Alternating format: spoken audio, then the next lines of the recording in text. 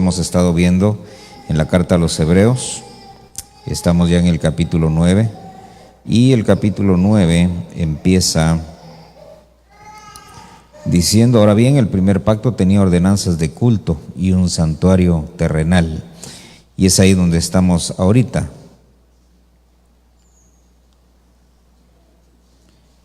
Dice, ¿dónde está? Aquí está.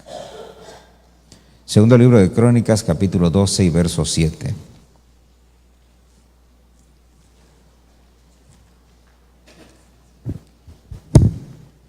Este sería entonces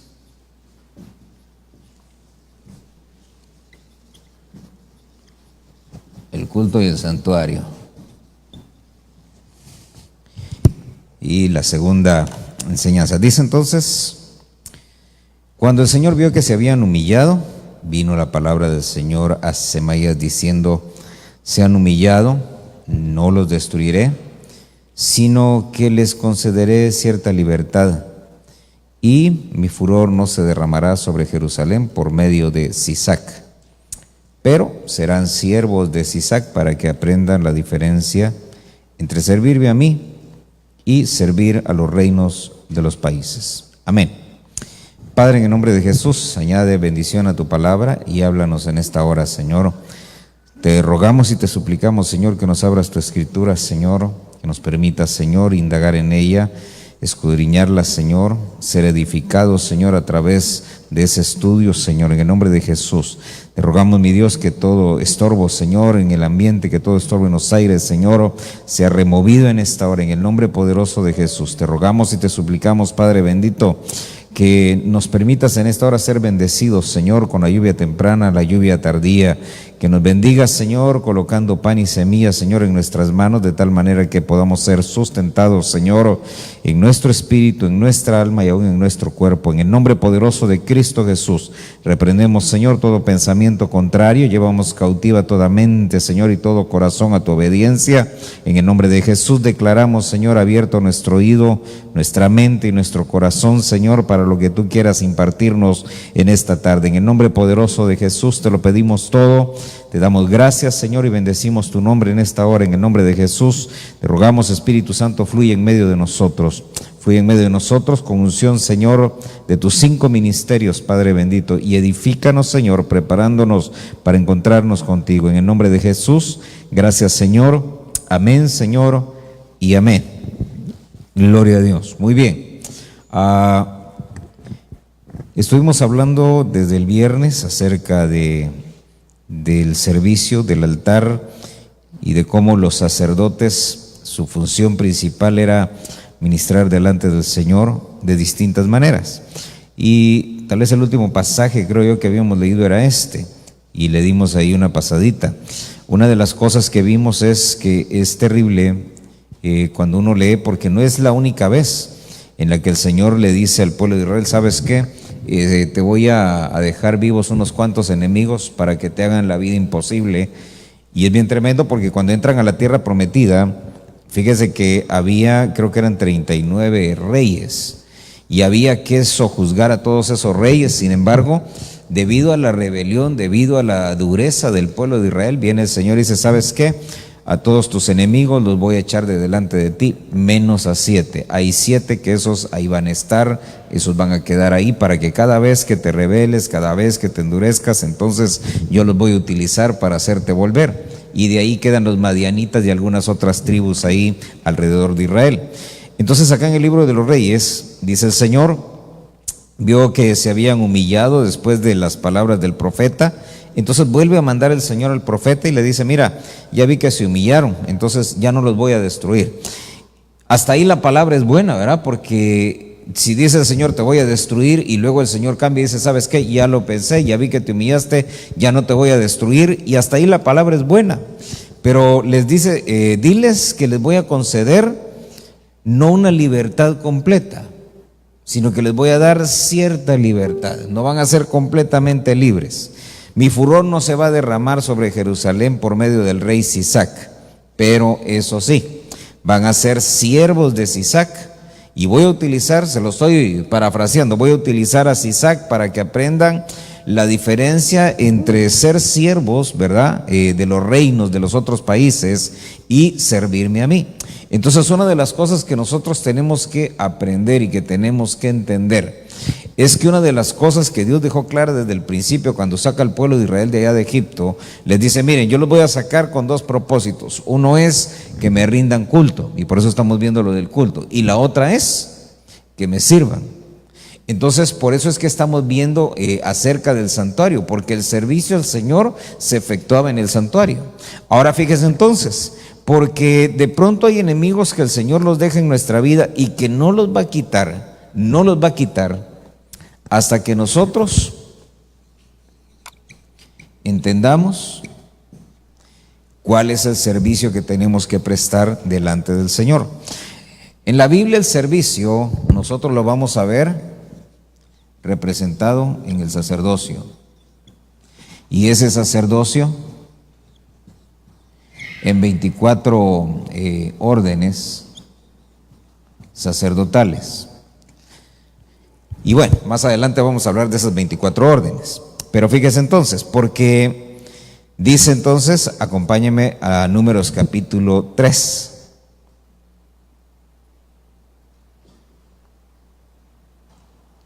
Entonces, mire, como el propósito es, vamos a ir sacando ahí algunas conclusiones, ¿verdad?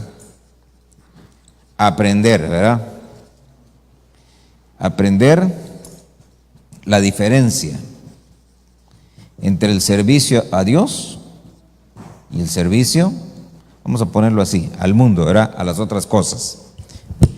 Entonces, como sacerdotes, como ministros del santuario, hay una primera cosa que tenemos que aprender: ¿cuál es la diferencia? Mientras uno no aprende esa diferencia, hay enemigos que, aunque no nos van a destruir, aunque no nos van a sojuzgar completamente, pero van a estar ahí presentes. Mire, como no sé si alguna vez a alguien se le ha metido una piedra en el zapato,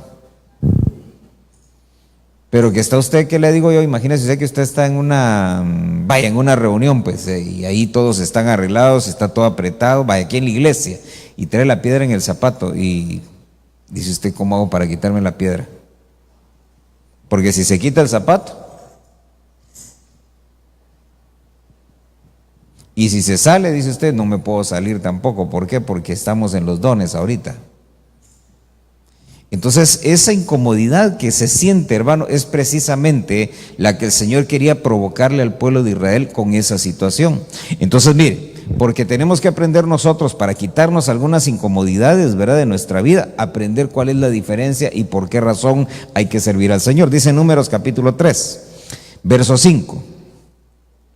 Dice: entonces habló el Señor a Moisés, diciendo: haz que se acerque la tribu de Leví, ponlos delante del sacerdote Aarón, para que le sirvan, y se encargarán de las obligaciones para con él y para con toda la congregación delante de la tienda de reunión, para cumplir con el servicio del tabernáculo, y guardarán también todos los utensilios de la tienda de reunión, junto con las obligaciones de los hijos de Israel, para cumplir con el servicio del tabernáculo.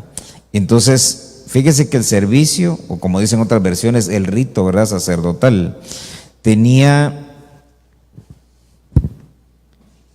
obligaciones.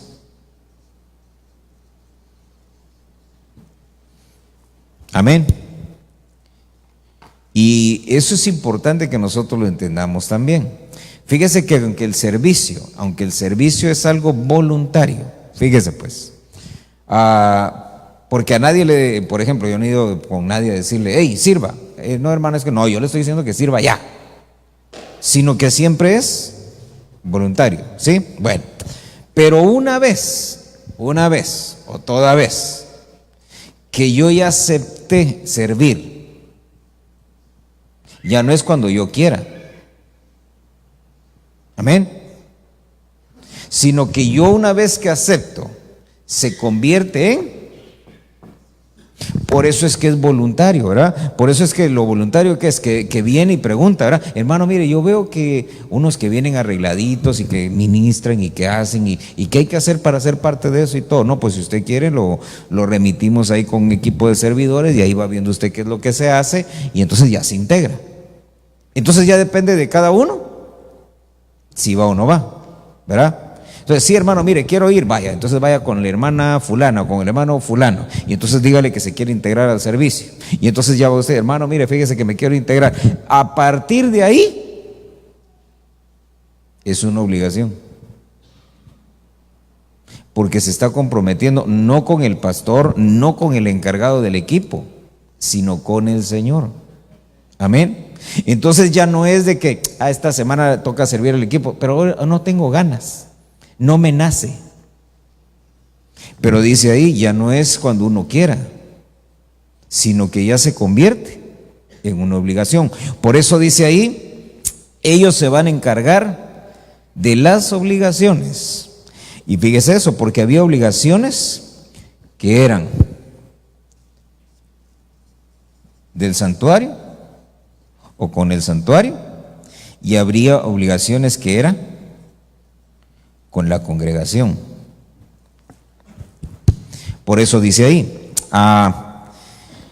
se encargarán de las obligaciones para con él y para con toda la congregación delante de la tienda de reunión.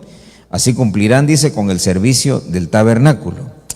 Entonces, dése cuenta que, ¿qué era el tabernáculo? ¿Se recuerda?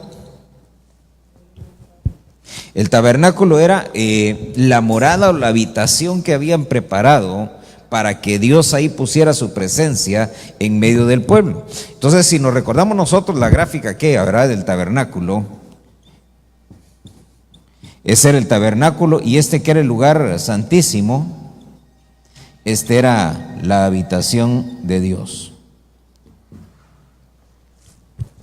Por eso dice ahí, para cumplir, dice, con el servicio del tabernáculo, guardarán también, dice, todos los utensilios. Entonces, mire, aparte de estas cosas, había que guardar los utensilios o los instrumentos.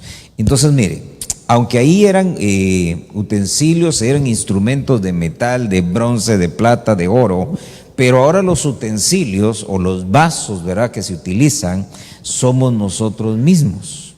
Amén. Entonces, cuando habla de guardar los instrumentos, ¿de qué está hablando?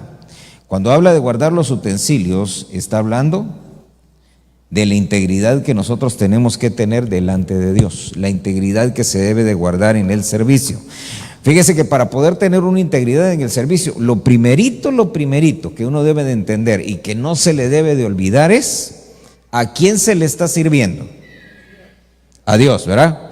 Entonces todo lo que uno haga dentro del santuario, en medio de la congregación, en el tabernáculo, todo lo que uno hace, uno debe de hacerlo para el Señor. Entonces, por ejemplo, si el Señor de pronto estuviera aquí en medio de nosotros y lo pudiéramos ver y se sentara aquí en medio y a usted le toca servir y el Señor le pide un vaso de agua, ¿qué hace usted? Corre, ¿verdad? Y hasta va y trae mi vaso, ¿verdad? Y dice, no, hombre, ¿cómo le vamos a dar en uno de plástico, ¿verdad? Le vamos a dar en este. Entonces, esa misma disposición es la que debe de haber siempre. Aunque el que le esté pidiendo el vaso de agua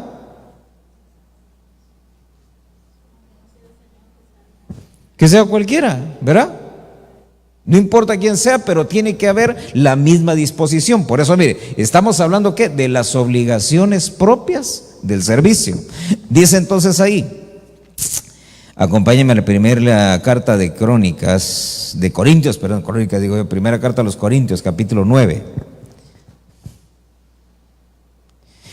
Entonces, dése cuenta, hay cosas en el servicio que son obligaciones, no son opciones, sino que son obligaciones. Dice, primera carta a los Corintios, capítulo 9, verso 16. ¿Ya lo tiene? Dice, pues si anuncio el evangelio, no tengo por qué gloriarme. ¿Por qué razón? Porque me es ¿Cómo dice esa versión que está ahí? ¿Cómo dice la tuya? Mire cómo dice esta: porque me es una impuesta necesidad. Entonces, mire cómo es eso, ¿verdad? Porque ¿qué es que le impongan a uno algo? Que es a la fuerza, ¿verdad? ¿O lo haces? Entonces mire lo que está diciendo Pablo. Dice ahí, porque dice, si anuncio el evangelio, dice, yo no tengo por qué gloriarme, porque al final de cuentas yo ni quería, sino que a mí me lo impusieron.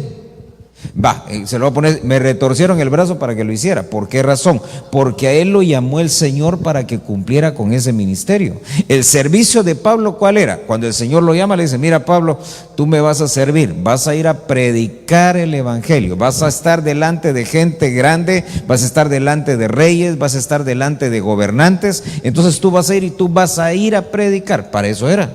Por eso cuando Pablo se ve en una oportunidad, hermano, preso y que lo querían juzgar, él apeló al César.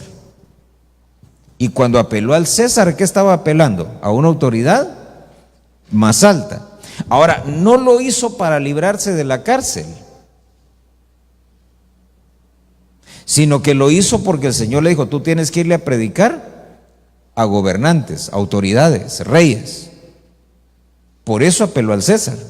Ahora, ¿quién en su sano juicio, diríamos, verdad, se va a enrollar en algo así? Porque dice que cuando le escucharon que apeló al César, dice que todos se asustaron y dijeron, qué tonto va, se lo va a llevar el río, peor le va a ir ahora.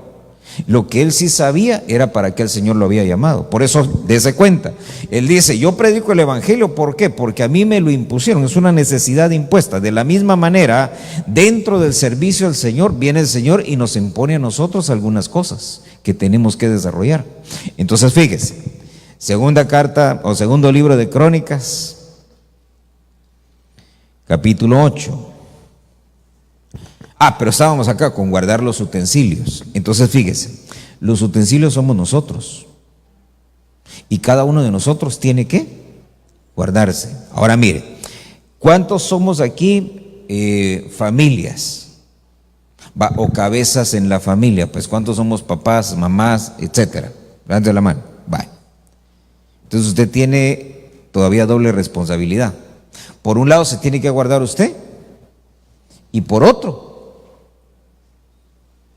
los utensilios que están bajo su responsabilidad. Entonces fíjese que los sacerdotes, por ejemplo, al que le tocaba degollar, hermano, el cordero y poner la vasija para la sangre, ese era responsable de esos instrumentos. Los que estaban en el altar del sacrificio, a ellos les daban el garfio, le daban la pala, les daban el atizador ahí para mover las brasas, y ellos eran responsables de eso. Entonces cada vez que llegaban en la mañana y que iban a empezar los sacrificios y todo, ya ellos sabían qué era lo que tenían que hacer. Al que le tocaba, por ejemplo, bueno, y ahorita que hicimos acá, ¿qué había aquí adentro? ¿La mesa de los panes? ¿El candelero? Y el altar del incienso. Entonces dice que cada mañana que entraban, hermano, para acá, cada uno sabía lo que le tocaba. Por eso es que sería bueno, ¿verdad? Allá vamos a ver cómo hacemos para poner allá, ¿verdad? Algún papelito donde diga qué es lo que toca hacer, ¿verdad? Por ejemplo, el que le toca limpiar donde los niños, que sepa qué es lo que hay que hacer ahí. El que le toca cuidar la puerta, qué es lo que tiene que hacer ahí. Porque no es que cuide la puerta para que no se la roben, ¿verdad? No, es que cuida la puerta, pero de dar la bienvenida, ¿verdad? Entonces, de la misma manera, cuando entraban ellos al servicio, al que le tocaba allá adentro, él sabía que lo primero que tenía que hacer era ir al candelero y empezar a limpiar una por una las lámparas. Entonces quitaba la primera, le quitaba toda la ceniza que quedaba ahí, la lavaba bien, la limpiaba, la ponía, le echaba aceite y con la llama de la siguiente la encendía. Agarraba la segunda y el mismo procedimiento. Tercera, cuarta, quinta, hasta que limpiaba las 7 lámparas. Entonces, de la misma manera, así nosotros tenemos que ser, ¿verdad? Hay que guardar los utensilios. Parte de guardar los utensilios es mantenerlos limpios. Amén. porque un utensilio que estaba sucio no servía. Si la lámpara, fíjese, ¿cómo sabía el sumo sacerdote? Porque el sumo sacerdote entraba y empezaba a revisar, ¿verdad? Y si encontraba algo que estaba mal hecho, tenía que llamar la atención. Entonces, ¿cómo sabía, por ejemplo, el sumo sacerdote que no habían limpiado las lámparas del candelero? Porque no alumbraba. Él entraba así y decía, ¿y esto por qué está tan oscuro? A ver, llámenme al que le tocó aquí. Le tocó a Merari, señor. Vale, tráigame a Merari para acá. A ver, ¿limpiaste? Sí, limpié. A ver, y entonces, hermano, quitar. Mira, está lleno. Así no, así se hace. Entonces el sumo sacerdote tenía que enseñar también. Amén. Entonces dése cuenta que es algo que tiene que venir de arriba hacia abajo, de arriba hacia abajo. Fíjese esto, dice segundo libro de Crónicas, ¿verdad? Capítulo 8, verso 14.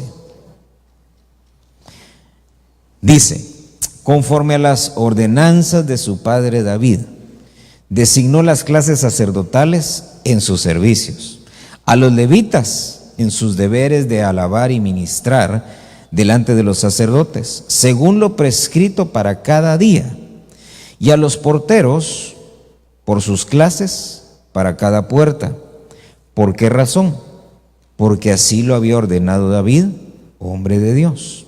Entonces, ya habíamos hablado un poquito de las ordenanzas, pero fíjese qué tremendo esto, porque no dice, dése cuenta que aquí no dice según las órdenes de Aarón, según las órdenes de Leví, o según las órdenes, no, sino que según las órdenes de ¿quién? ¿Por qué de David? Fíjese que de David dice la Biblia que Dios lo dejó, creo que es Isaías 55, verso número 2. Fíjese lo que dice, pues. Déjenme para Isaías 55.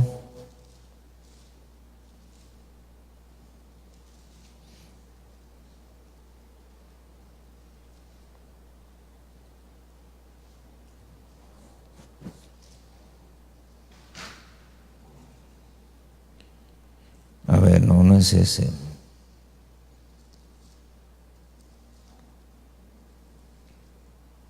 A ver, es cuando dice, menciona a David, pero lo menciona, sí, aquí está, 55 es. Fíjese pues, dice, verso 3, inclinad vuestro oído, venid a mí, escuchad y vivirá vuestra alma, haré con vosotros un pacto eterno, conforme a las fieles misericordias mostradas a David. He aquí, lo he puesto, está hablando de David, ¿verdad? Lo he puesto por testigo a los pueblos, por guía y jefe de las naciones. Pero hay una donde dice, hay una versión que dice, lo he puesto, fíjese, lo he puesto por caudillo y soberano. Hay una donde dice, aquí está. La versión Nácar Colunga dice, de él he hecho, dice, un testimonio para las gentes, un jefe y un maestro de los pueblos o para los pueblos. Dice otra versión, dice, he aquí que yo voy a presentarle por testigo de mi verdad a los pueblos y por caudillo y por maestro o legislador a las naciones. Entonces, ¿por qué razón son ordenanzas según David? Porque dice que él fue puesto como maestro, ¿verdad? Por esa razón es que de David nosotros aprendemos la alabanza, aprendemos la adoración, aprendemos acerca del servicio, aprendemos acerca de la danza también. Dice entonces aquí, esa palabra ordenanza, fíjese que del hebreo viene, dice, significa un veredicto, una sentencia, un decreto. Entonces mire, un decreto, ¿qué es un decreto? Si hablamos legalmente, es una ley, ¿verdad? Y cuando se hace una ley, ¿para qué sirve? Por ejemplo, vaya, digamos, la Constitución, ¿qué es la Constitución? Conjunto de leyes que rigen el país. ¿Y qué pasa si uno agarra una de esas leyes y le vale a uno?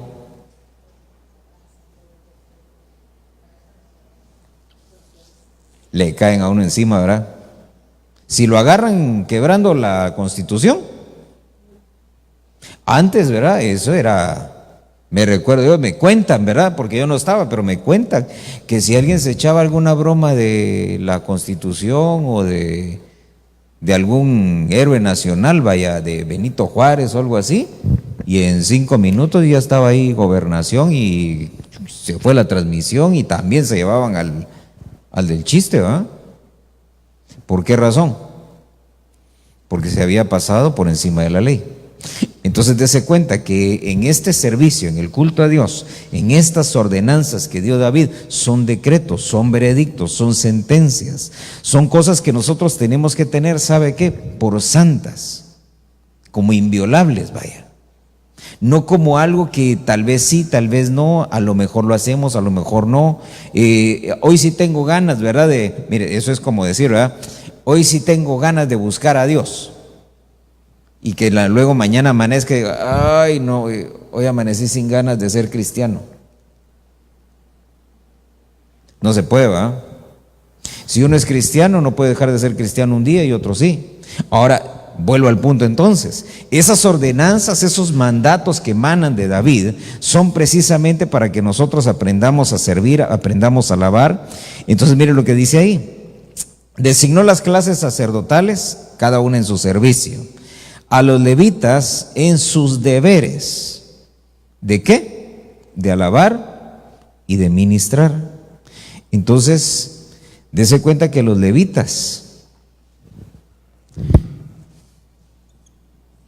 sí hemos estudiado en otro momento que ellos tenían que ministrar delante del Señor, pero les tocaba también alabar. Entonces, me llamó la atención porque fíjese que en el Antiguo Testamento, allá al principio, cuando ellos, hermanos, salen de allá de Egipto, si usted se recuerda, dice que María, la hermana de Aarón, hermana de Moisés también, dice que cuando cruzaron el mar, ¿qué fue lo que hizo ella? Dice que agarró un pandero y se puso a danzar y se puso a alabar al Señor, y luego dice Moisés también entonó un canto y hasta quedó ahí grabado, ¿verdad? El canto de Moisés. Pero hasta ahí se queda entonces lo que es la alabanza y todo relacionado al sacerdocio. Y pareciera ser que fue hasta en los días de David que se integra la alabanza y la adoración como parte del servicio sacerdotal. ¿Por qué? Porque allá en el Antiguo Testamento, allá al principio, cuando van ellos por el desierto, lo que sí se ve es que ellos tocaban trompetas. Entonces, para convocar al pueblo se tocaba el shofar y el pueblo llegaba y se reunía. Si era para convocarlos para la guerra, se tocaba el shofar y ya sabían que los soldados eran los que tenían que reunirse. Si era, hermano, porque Dios iba a hablar, se tocaba el shofar y la gente, escuchando el sonido, se congregaba ahí. Pero es hasta en los días de David, cuando David agarra entonces a todas esas órdenes de sacerdotes, y entonces les empieza a asignar el trabajo de cantar, de alabar, de adorar, aparte de ministrar delante del Señor. Entonces dése cuenta que aquí es donde se unen David, es donde se empieza a unir entonces lo que era ministrar en el tabernáculo, solamente sirviendo en sacrificios y en esas cosas. Y entonces David integra algo que no había, que era cantarle al Señor. Por eso es que de pronto en nuestro culto nosotros, ¿qué es lo que desarrollamos? Desarrollamos un servicio, pero también desarrollamos la alabanza. Ahora fíjese entonces, porque habla, dice este verso 14, los levitas dicen sus deberes de alabar y de ministrar delante de los sacerdotes según lo prescrito para cada día. A los porteros dice por sus clases para cada puerta, porque así lo había ordenado David. Entonces, ¿qué más tenían que hacer ellos? Tenían que guardar las puertas. Entonces, mire, guardar las puertas, ¿qué significa? Nosotros hablamos mucho, ¿verdad? Cuando, por ejemplo, hermano, es que mire, me enfermé, por decir, ¿verdad? Y lo primero que uno dice, ¿qué es? Abrió puertas, ¿verdad? Tengo un problema económico. ¿No habrá abierto puertas? ¿Verdad que sí? Es como algo muy, como que nos sale así rapidito, ¿verdad? Las puertas, las puertas, las puertas. ¿Por qué razón? Porque son accesos. Entonces mire qué tremendo, porque viene David y dentro de las cosas que él dejó estipuladas, dejó estipulado que hubiera porteros, gente encargada de guardar los accesos. Entonces nosotros como sacerdotes tenemos una tarea, ¿verdad? Que es guardar las puertas. Claro, ¿verdad? No estamos hablando ahorita de las puertas físicas de aquí, de estas 4 paredes, sino de las puertas de nuestro propio tabernáculo. Ahora, ¿cuáles son esos accesos? Porque mire, están los 5 sentidos, pero fíjese solo para que veamos, ¿verdad? Por ejemplo, ¿cómo se guarda, cómo se guardarán los ojos? Porque fíjese que, digamos, Job decía, yo hice un pacto con mis ojos. ¿Para qué? Para no ver doncellas. O sea que tenía su esposa, pero parecía cangrejo, ¿eh? No se ha visto usted los ojos de los cangrejos, ¿no? Sí, sí los ha visto, ¿no? ¿Alguien que no haya visto los ojos de los cangrejos? Y hermanos, es así.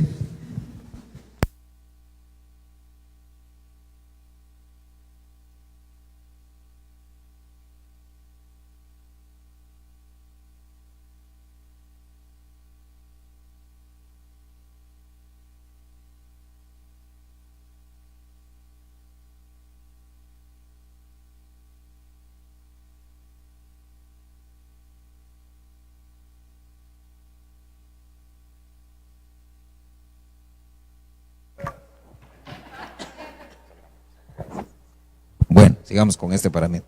Entonces, como estábamos, el crustáceo cascarudo y Bob Esponja, no. No, el cangrejo, ¿va? Entonces viene Job y dice, yo tuve que hacer un pacto con mis ojos. ¿Por qué lo hizo? Para guardar ese acceso. ¿Por qué? Porque de alguna manera tenía conciencia de que él tenía que guardar las puertas. ¿Cómo guarda uno? Mire, otra puerta, los oídos. ¿Cómo se guardan los oídos? Como dicen los niños, no oigo soy de palo, no oigo soy de palo.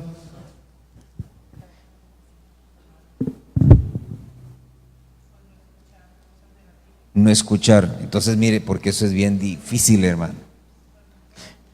Suena, ¿verdad? Suena bien, pero qué difícil es, hermano, porque el chisme no nos gusta.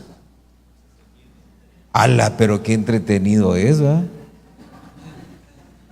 Dan las 2 de la mañana, ay, sí, ¿verdad? ¿Y la vieja qué? ¿Te acuerdas? Ah, sí, hombre, no, hombre, pero la otra de allá. El chisme es, ¿sabe qué? Le pican a uno los oídos y al otro, ¿verdad? Se le quema la lengua, según dice Santiago. A uno le pican los oídos y al otro le agarra fuego la lengua. Entonces, dése cuenta que uno tiene que guardar sus oídos. Pero ahí es donde entra entonces otro elemento, porque necesita uno un dominio propio. Fíjese que el dominio propio no solamente es saber refrenar el cuerpo, amén, sino que el dominio propio también es que uno pueda, hermano, hablar cuando tiene que hacerlo, que uno pueda dominar su cuerpo. ¿Para qué? Para que cuando se tenga que levantar. Fíjese que el doctor Ríos, dicen que cuando él estaban, hermano, así sentados y todo y platicando muy bien, pero de repente alguien decía, no, hermano, mire, ¿y qué piensa usted de...? Siempre le apacho el botón esto. Ahí está el otro.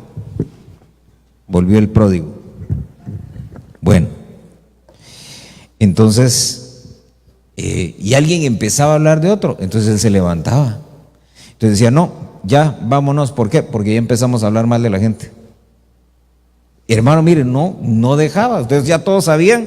Mire, cuando alguien hacía eso, casi que le daban camorra con picayelos, ¿verdad? Porque, hermano, decían, este echó a perder todo, ¿verdad? Toda la plática muy bien, hasta que, hermano, alguien quería meter ahí su semillita de murmuración. Y, hermano, ahí se acababa la reunión. Y el doctor Ríos, cuando decía rojo era, entonces decía, nos vamos. Y hermano, que no, hermano, mire, no, sigamos, no, ya, vámonos, ya. Entonces, guardar uno las puertas que tenemos aquí a los lados. requiere de dominio propio también, de tener uno el carácter. Amén. Pero ¿por qué no lo hacemos, va? Uno, porque a veces nos gusta. Y lo otro, ¿sabe por qué? Es porque nos da pena, va. Dice uno, es que ¿qué va a decir? Es que luego ya no me van a hablar. Es que luego ya no me van a querer decir. Es que luego. Y sabe que uno no es el que se debe de sentir mal. ¿Quién se debe de sentir mal? ¿Quién? El que está murmurando, o el que está hablando, o el que está chismeando, lo que sea. Mire pues, ¿cómo guardamos nuestra boca? Fíjese que creo que David es el que escribe, dice, Señor, pon un guarda en mi boca. No, sí, siendo discretos, pero ¿a quién le nace ser discreto? Sí. O sea, ¿a quién le nace ser discreto? O sea, uno siente o ve la oportunidad y cuando siente, yo ya le decía en la mañana que cómo es la lengua. Si la lengua no se está quieta, es como que tiene problemas así de estrés, ¿verdad? Porque tiembla, hermano. Sí, usted ve la lengua, véale no hizo la prueba hoy cuando fue a su casa, ¿no? Ninguno la hizo. O le dio miedo. Y hermano, vaya usted en la mañana o ahorita que regrese, vaya y en el espejo póngase ahí, así, saque la lengua y trate de dejarla así que no se mueva. Y dígale, ¡quieta! Y no hace caso. Ya como que fuera serpiente, ¿verdad? Pero no se queda quieta, y es lo que dice Santiago. Dice que es encendida por el mismo fuego del infierno. Entonces, cuando la lengua empieza a actuar fuera del propósito para el que Dios nos la... Porque mire, ¿para qué nos dio Dios la lengua? El hermano lo dijo bien bonito, para predicar su palabra, ¿verdad? Pero hermano, eso sería lo ideal, ¿verdad? Pero ¿para qué nos dio Dios? Para que le sintiéramos sabor a la comida. Pero hermano, a veces la lengua nos termina amargando la comida. Ahí están papilas gustativas y todo, para que tuviéramos cómo comunicarnos y todo. Pero el problema es que fíjese que también dice Santiago, que la lengua es como el timón de un barco. Entonces, si la lengua es el timón, ¿cuál será el barco?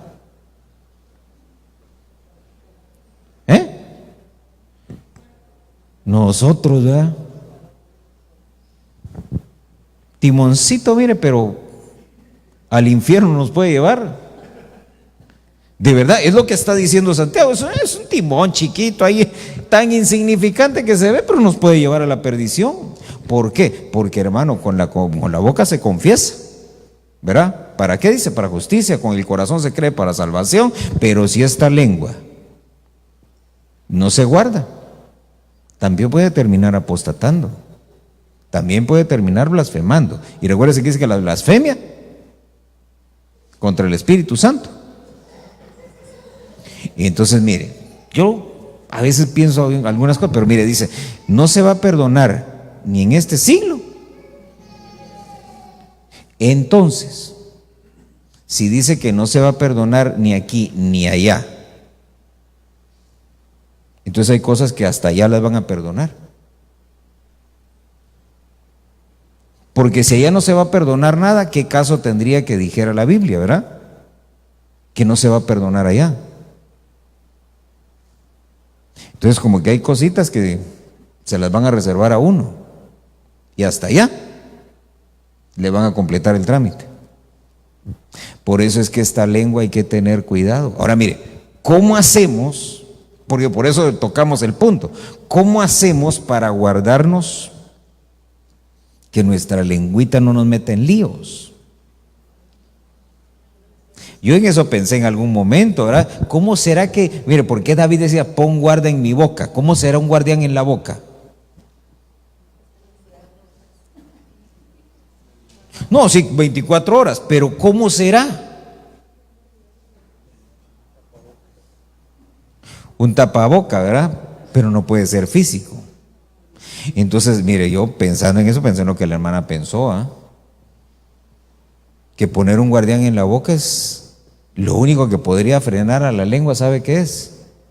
Los dientes. ¿Sí o no? ¿Alguna vez se ha mordido usted la lengua comiendo? ¿Y después de eso qué hizo? ¿Se siguió riendo igual, no? ¿Verdad que ya no? Ahí se queda uno. Porque esta sangre se sacó y ahí va, ay Dios mío. Entonces un guardián en la boca, no sé cuántos se animarían a pedir uno, ¿eh? O mejor le empieza a poner usted límites, porque hay que guardar ese acceso. Amén. Mire, ¿cómo guardamos la mente? Porque ese es otro.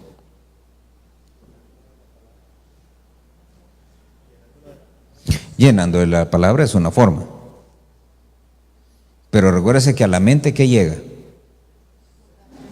Llega toda la información, ¿verdad? ¿Qué información?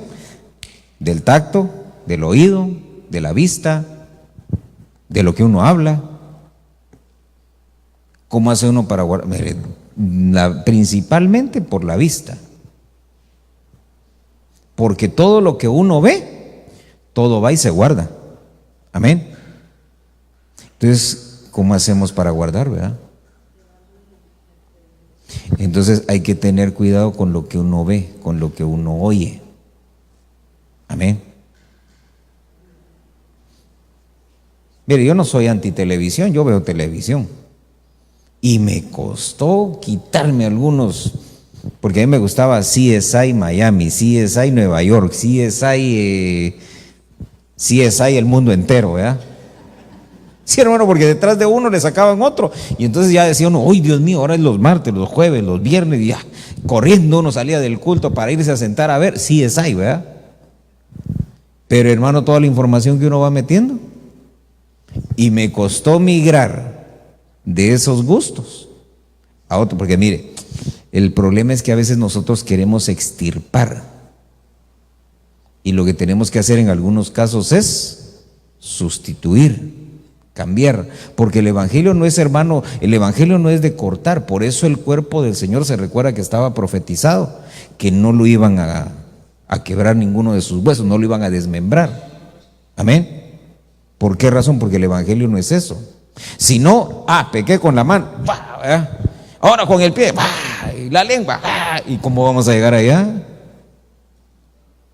¿Verdad que no? Entonces dése cuenta que no se trata de eso. Entonces, una de las cosas que yo entendí, hermano, que tenía que cambiar, ¿verdad?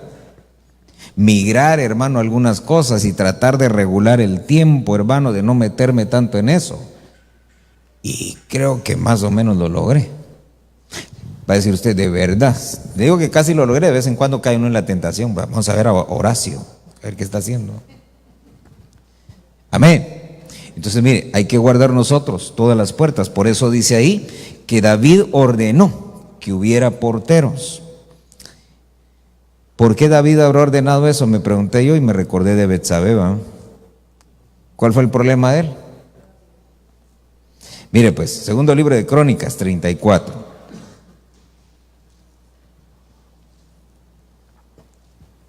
Verso 12.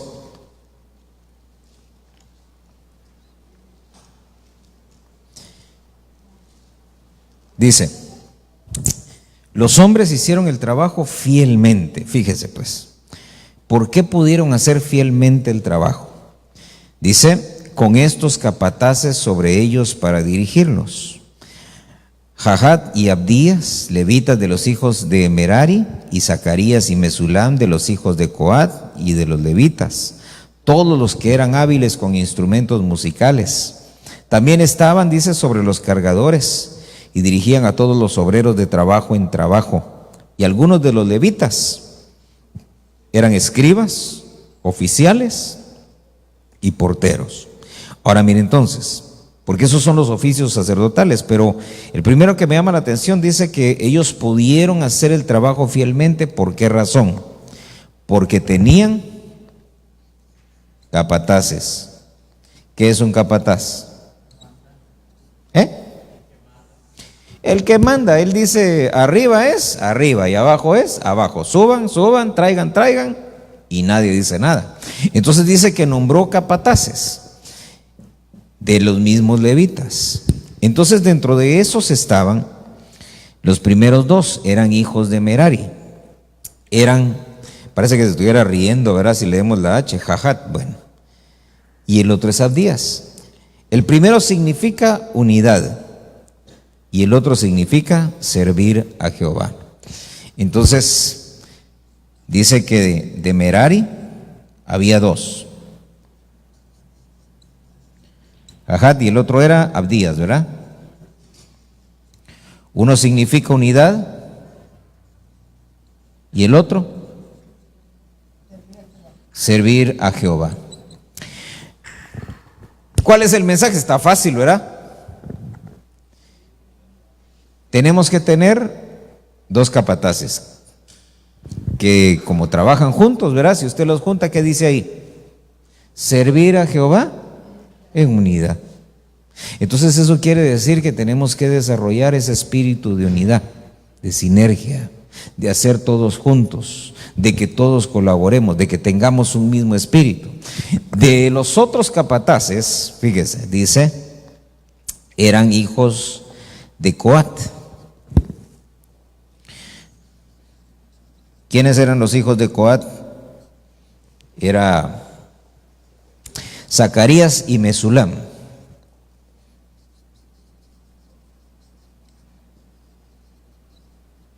Ese Mesulam me sonó como a medicina. Mesulit creo que se llama. Sí, cuando yo le dije, me suena como a medicina, dije, bueno, pero mire, volvamos al punto. ¿Qué significa? Zacarías dice, significa Jehová ha recordado. Entonces este es Jehová ha recordado. Y el otro significa un aliado. Entonces, fíjese pues, Dios, hermano, si alguien tiene memoria, es Dios. Amén. Y dice la Biblia que ni siquiera un vaso de agua se le va a olvidar al Señor. Amén. Que todo nuestro servicio, que todo lo que nosotros hacemos, Él va a tener memoria de eso. Y el segundo es aliado. El aliado es alguien que de pronto, hermano, se une, aunque no es parte de. Por ejemplo, viene el Señor y cuando estaba el asedio a Jerusalén, le dice entonces al rey, mira, no busques un aliado en Egipto, porque yo he dispuesto que este rey de Babilonia venga contra ti. Y entonces ellos buscaron un aliado en Egipto. Entonces, ¿un aliado quién es? Un aliado es alguien que de pronto, hermano, no está designado para estar con nosotros, pero en medio de una necesidad se apega. Amén. Entonces, ¿qué quiere decir eso? Que en medio del servicio, por ejemplo, yo le he dicho, ¿verdad? Hay unos equipos de servidores que creo que solo son mujeres, ¿verdad? Ahora sí ya todos tienen hombres, pero llegan todos, ¿no? Sí, no, porque imagínense, así hermano, hay hombres, y luego, y ahí ven las hermanas con el bote encima del agua, ¿verdad? Entonces mire qué tremendo, porque un aliado, ¿quién es? Alguien que aunque no pertenece, pero colabora, ¿sí? Entonces yo de pronto veo que a veces van las hermanas por algún bote de agua y sale alguien corriendo y digo, pero si ese no es del equipo, porque no crea, mire, yo soy capataz. Amén. Y salen corriendo y van y ayudan y hermano, digo yo, así es, eso es ser aliado, ¿sí? Está en unidad con su equipo, pero siempre está pendiente de si se necesita tender una mano. Amén. ¿Por qué? Porque está el pensamiento contrario, ¿verdad? A la pobrecita esa, qué bueno que con nosotros hay quien cargue, ¿verdad? No, sino que hay que ir y colaborar. Hay lugares donde es difícil, hermano. Por ejemplo, el área de niños, ahí se necesitan bastantes aliados, pero ahí nadie quiere, hermano. Salen corriendo, ¿verdad?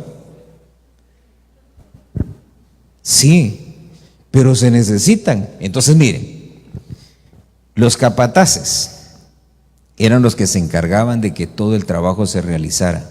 Entonces, recuérdese, Zacarías es que Jehová ha recordado. Entonces, así como el Señor se recuerda de todo nuestro servicio, también se recuerda de nuestro no servicio. ¿Verdad? Entonces, cuando uno se hace loco, también de eso se acuerda el Señor. Y el Señor sabe, ¿verdad? Porque él dice, no, es que no voy a poder. Y dice el Señor, ¿cómo que no vas a poder? Vas a ir a ver el partido, bandido. Porque mire, ese es el otro asunto. Para que uno pueda servir, ¿por qué ponían a estos como capataces? Porque era gente que estaba comprometida. Fíjese pues, ¿por qué le digo que era gente comprometida? Porque los capataces no podían ser ni de Efraín, ni de Judá, ni de Rubén, ni de Manasés, tenían que ser levitas. Y el levita desde que nacía, ese ya estaba comprometido. Ese no podía optar a otra cosa, ese era sacerdote para servirle al Señor. Entonces los capataces tenían que ser precisamente gente comprometida, tenían que ser levitas. Entonces eran hijos de Merari, eran hijos de Coat. Y fíjense que Merari, ¿sabe qué significa? Significa amargura, amargo. Entonces tener un capataz no es rico, ¿va? Ser capataz sí, ¿va? ¿Por qué? Vaya, venga. Pero hermano, estar uno abajo es lo difícil, ¿verdad? Sobre todo si uno no está acostumbrado a sujetarse. Mire, si yo le pregunto ahorita, ¿a cuántos les gusta sujetarse? Y uno se queda pensando, ¿ah? A ver, hermano, defina mejor la pregunta. ¿Sabe por qué le digo? Porque sí, hermano, yo así pensaba cuando decían y todo, ¿cuántos están dispuestos? ¿Cuántos les gusta sujetarse? Yo pensaba, decía, ¿al Señor? Porque al Señor todos, ¿verdad? Pero después del Señor es donde está la parte difícil, ¿verdad? Por eso, mire, en la iglesia, ¿verdad? Tiene que haber diáconos, tiene que haber ancianos y tenemos que organizarnos de esa manera para hacer mejor las cosas. Pero hermano, fíjese que una vez ya lo hicimos hace varios años. Hermano, y salieron corriendo un montón, ¿verdad? Porque todos queremos ser capataces.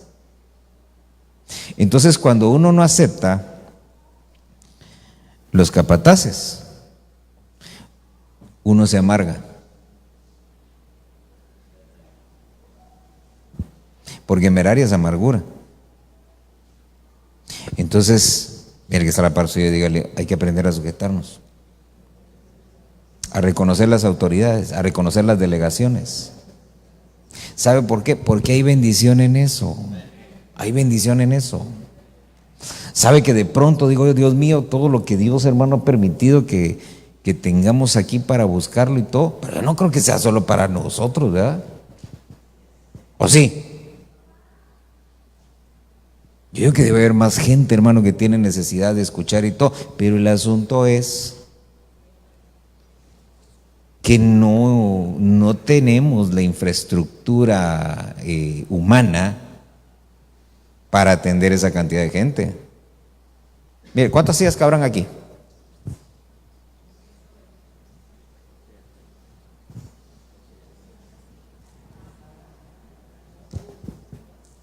¿Cuántas sillas cabrán? Si llenamos así un poco más para allá, 300. Supongamos, dijo alguien, ¿verdad? Que 300. Y hermano, si 100 no atendemos bien, imagínese lo que implica 300 gentes, con la cantidad de niños que eso implica. Hermano, si dos no agarran, no tacleamos dos aquí, hermano, con los que somos. Ahí van, hermano. Pasa aquí. Vaya que esos ya no están, hermano. Pero había uno que, no sé si usted se recuerda, que salía así, hermano. Así. Y hermano, y todos nos quedamos viendo así. Pero yo, hermano, me recuerdo que en una reunión les dije, pero taclélo. Pero no sé por qué nunca lo pudieron. No sé si es que el niño era más rápido que todos, ¿verdad? Pero es parte de las cosas que tenemos que ir arreglando. ¿Por qué? Porque tenemos que atender a los que vengan. Amén. Y la única forma de hacerlo es que tengamos estos capataces, ¿verdad? El servir al Señor, la unidad, tener presente que el Señor nos ve y todo lo recuerda. Y que tenemos que ser aliados. Amén. Entonces, fíjese que en el servicio que dejó David, todo eso, mire, todo eso fue parte de lo que dejó David. Dice, luego habla de los que eran hábiles con los instrumentos. Y bueno, mire, ya no vamos a hablar de todos los demás. Solo le voy a mencionar algo acerca de los escribas. Porque dice ahí que algunos de los levitas eran escribas, otros eran oficiales y otros eran porteros. Pero acerca de los escribas, fíjese que ahorita, digamos, por ejemplo, en el último tiempo, recuérdese que ya lo hemos visto en otro momento, pero dice la Biblia que así como hubo falsos profetas, en el último tiempo van a haber falsos maestros. Entonces el escriba es alguien, hermano, que tipifica al maestro, el ministerio magisterial. Y lo tremendo de eso es que dice la Biblia, ahí en el libro de Ezequiel, que vienen, hermano, unos personajes ahí que vienen para destruir Jerusalén. Y entonces viene el Señor y dice, espera, deténlos ahí. Y entonces le habla a un escriba que va en medio de ellos. Creo que son 6 personajes, 5 son destructores y el otro es un escriba. Entonces el escriba viene el Señor y dice, mira, vas a pasar tú primero por en medio de toda la ciudad. Y detrás de ti van a ir los 5 destructores. Entonces la tarea de ese escriba, le dice el Señor, ese escriba yo ya le dije que vaya y ponga una marca en cada uno de aquellos, ¿verdad?, que van a ser seleccionados para que no sean destruidos. Todo el que no tenga esa marca va a ser destruido. Y entonces dice que el escriba, hermano, fue y entonces en la frente de la gente colocaba una marca. Y la palabra que se utiliza para marca ahí es tau. Tau es la última letra del alefato hebreo. Amén.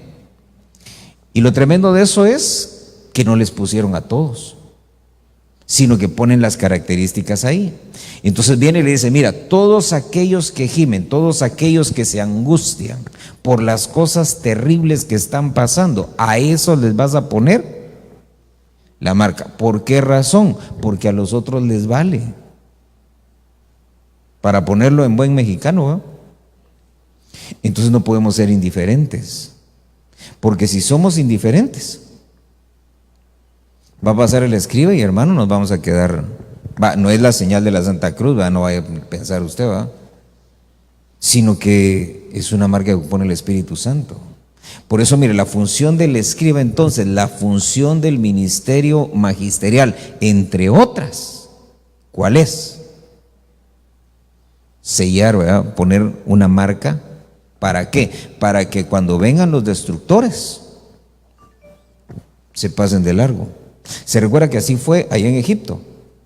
Viene el Señor y le dice, mira, diles que pongan una marca en la puerta. ¿Sí? Y entonces esa va a ser con la sangre. Y donde esté la marca, el destructor se va a brincar a la casa que sigue. Y cuando usted ve en la Biblia, mire qué tremendo, porque en todas las plagas el Señor le decía, mira, y a los hijos de Israel diles que no se preocupen, ahí donde les va a llegar la plaga. Pero en esa última, le dijo, diles a los hijos de Israel que ninguno se le vaya a olvidar poner la marca. ¿Por qué? Porque este destructor no va a hacer distinción entre egipcios y hebreos. Entonces yo veo que esos destructores de Ezequiel son como ese de allá de Egipto, porque por eso el Señor mandó a poner un atao.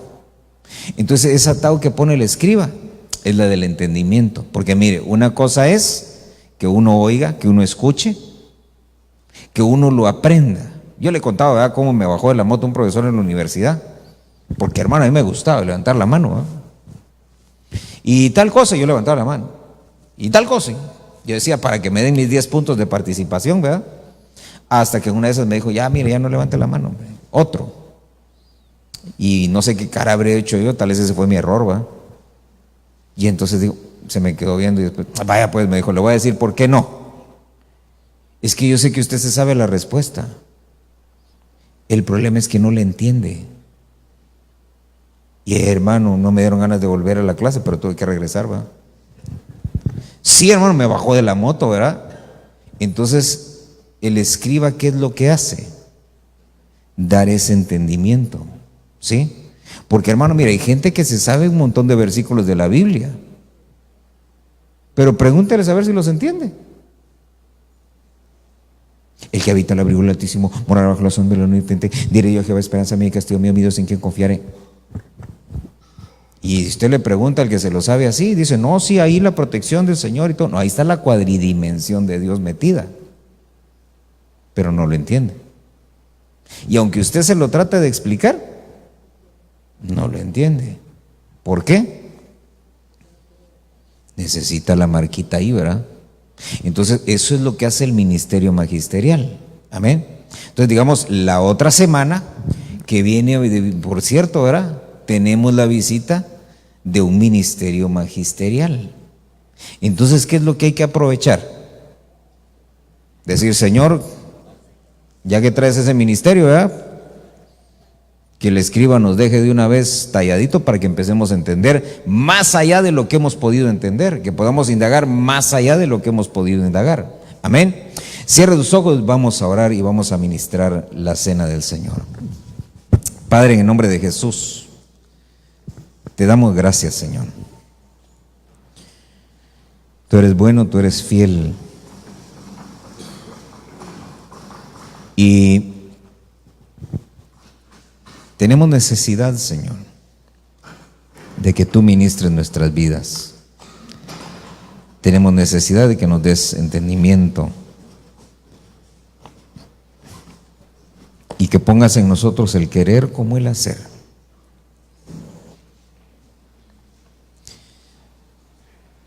Ten misericordia.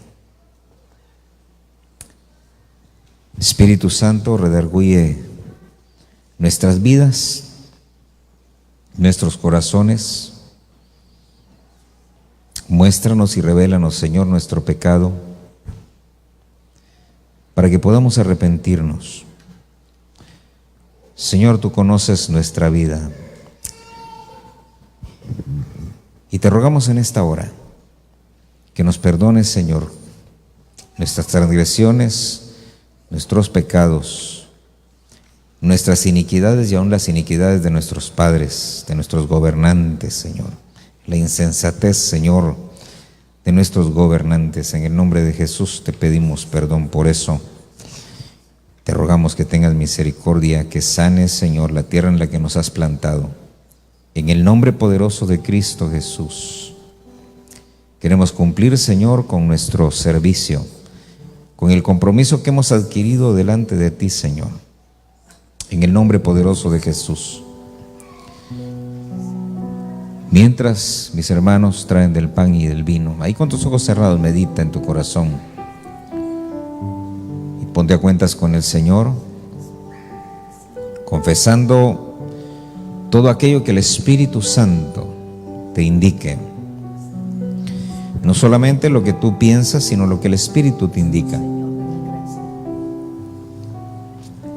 Es probable que de pronto el Señor te esté recordando situaciones por las cuales tal vez ya has pedido perdón, pero el Espíritu te las está recordando. Es necesario que las vuelvas a confesar y que vuelvas nuevamente a mostrar arrepentimiento, porque es probable que todavía necesites limpieza en esa área. Ahí donde estás, dile: Señor, he tratado de ser fiel, he tratado de vivir dignamente, Señor, pero el pecado, Señor, me alcanza. La palabra de Dios dice que Él es fiel y que Él es justo y que nos va a perdonar, pero debemos confesar y reconocer nosotros nuestras faltas. Señor, en el nombre de Jesús, límpianos, purifícanos, Señor, para que podamos nosotros ser servidores fieles, servidores íntegros, servidores que trabajemos, Señor, en unidad. En el nombre poderoso de Jesús, Espíritu Santo, redarguye de pecado, Señor, a cada uno. No permitas, Señor, que ignoremos aquellas cosas, Señor, que estorban y perturban, Señor, nuestra salud espiritual. Cada acceso, Señor, a nuestro ser interior, cada puerta a nuestro ser interior, vista, oído, lengua, olfato, aún el tacto. En el nombre de Jesús te rogamos, Padre, que cada uno de esos accesos en esta hora sea limpiado, sea purificado, y que nos enseñes, Señor, a guardarnos, y que donde no podemos guardarnos, tú pongas, Señor, un guarda, alguien que nos ayude, Señor, a poder permanecer, Señor, en pureza, en santidad, en integridad. Con el pan en tu mano derecha, en esta hora, y habiendo meditado delante del Señor, recuerda que ese pan representa el cuerpo del Señor, que ocupó nuestro lugar en la cruz, que llevó el castigo que nosotros merecíamos, que padeció la muerte que nosotros merecíamos, que tomó nuestro lugar en la muerte segunda, una muerte de la cual nadie puede levantarse, sino solamente Dios podía levantar al Señor. Y fue levantado porque era sin pecado. Él ha pagado por nosotros, de tal manera que ya la muerte no tiene ninguna potestad. En el nombre de Jesús te damos gracias, Señor. Gracias por tu sacrificio, gracias por sustituirnos en la cruz. En el nombre de Jesús te rogamos, Señor, que como dice tu palabra, por tus llagas, Señor, nosotros alcanzamos sanidad. Y en el nombre de Jesús vengo rogando y suplicando, Padre bendito, para que en esta hora ministres, Señor, de esa salud, ministres de esa sanidad a tu pueblo, Señor. Que cada cuerpo afectado, Señor, reciba la ministración, Señor, de esa sanidad. En el nombre poderoso de Cristo Jesús.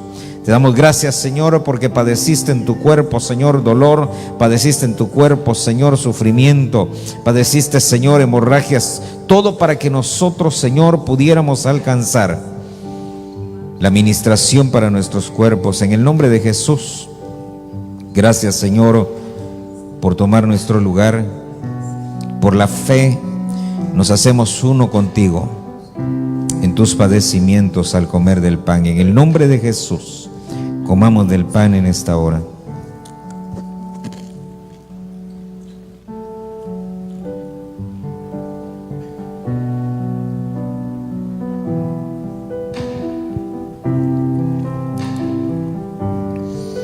Pon la copa en tu mano derecha.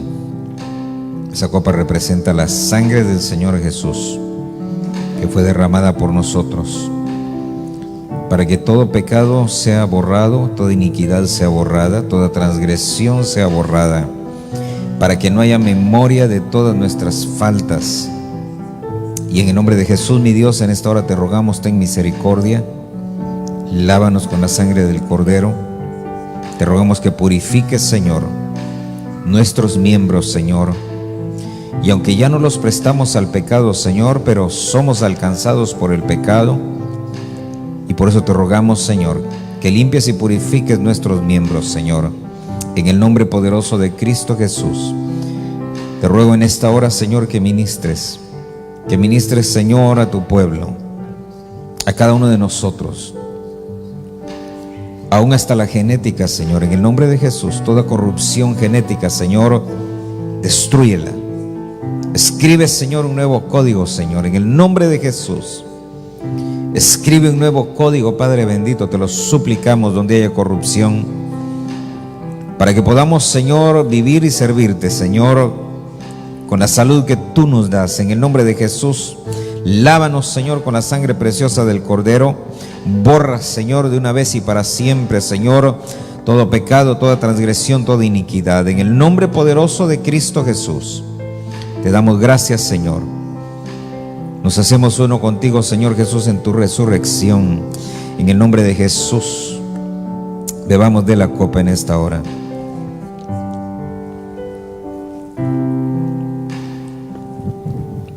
Gloria a Dios. Ponte de pie, dale gracias al Señor y vamos a entonar un canto antes de despedirnos. Señor de la creación, siendo en forma de Dios, se despojó de sí mismo, tomó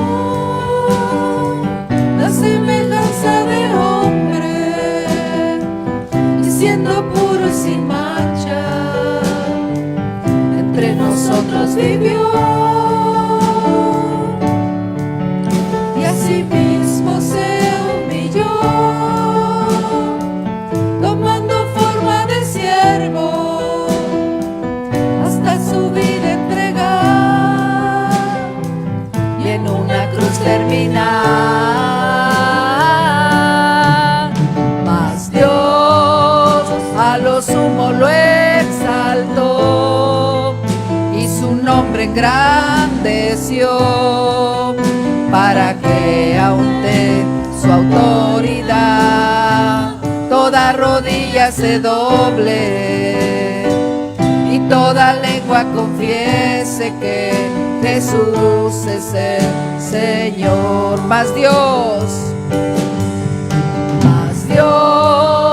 a lo sumo lo exaltó, y su nombre engrandeció, para que ante su autoridad toda rodilla se doble y toda lengua confiese que Jesús es el Señor.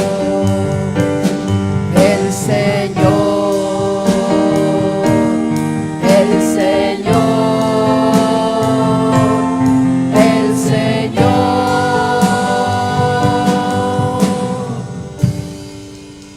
Delante de ti, Señor, doblamos toda rodilla.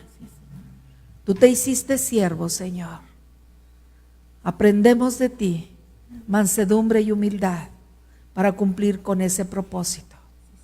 A lo sumo fuiste humillado y fuiste exaltado a lo más alto.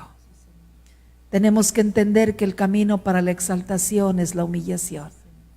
Ayúdanos, Señor, para hacernos uno contigo y disfrutar de todos los beneficios de agradarte y servirte. En el nombre precioso de Jesús te pedimos que vayas con nosotros y nos permitas tener una semana gloriosa unidos a ti. En el nombre precioso de Cristo Jesús. Amén y amén.